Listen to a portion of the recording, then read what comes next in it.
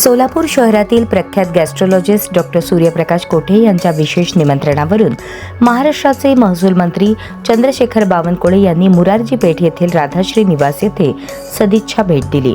या भेटीदरम्यान कोठे परिवारातर्फे महसूल मंत्री चंद्रशेखर बावनकुळे यांचे आपुलकीने स्वागत करण्यात आले। कोठे परिवारातील सदस्यांनी पारंपरिक पद्धतीने त्यांचे स्वागत केले। त्यावेळी परिवारातील महिलांनी महसूल मंत्री चंद्रशेखर बावनकुळे यांना विठ्ठल रुक्मिणीची मूर्ती देऊन सत्कार केला।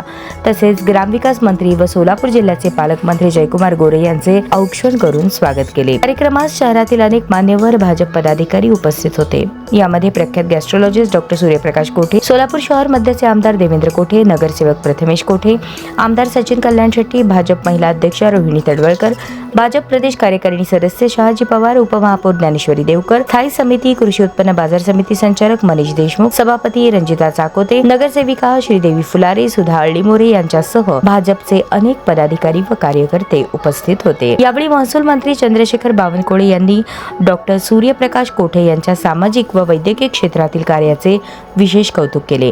डॉक्टर सूर्यप्रकाश कोठे यांचे काम मोठ्या प्रमाणात सुरू असून त्यांच्या कार्याची चांगली चर्चा ऐकायला मिळते। त्यांनी यापुढेही समाजासाठी मोठे काम करत राहावे, तसेच येणाऱ्या काळात 200 बेडचे अत्याधुनिक हॉस्पिटल सुरू करून आरोग्य सेवेत अधिक मोठे योगदान द्यावे, असे मत बावनकुळे यांनी व्यक्त केले।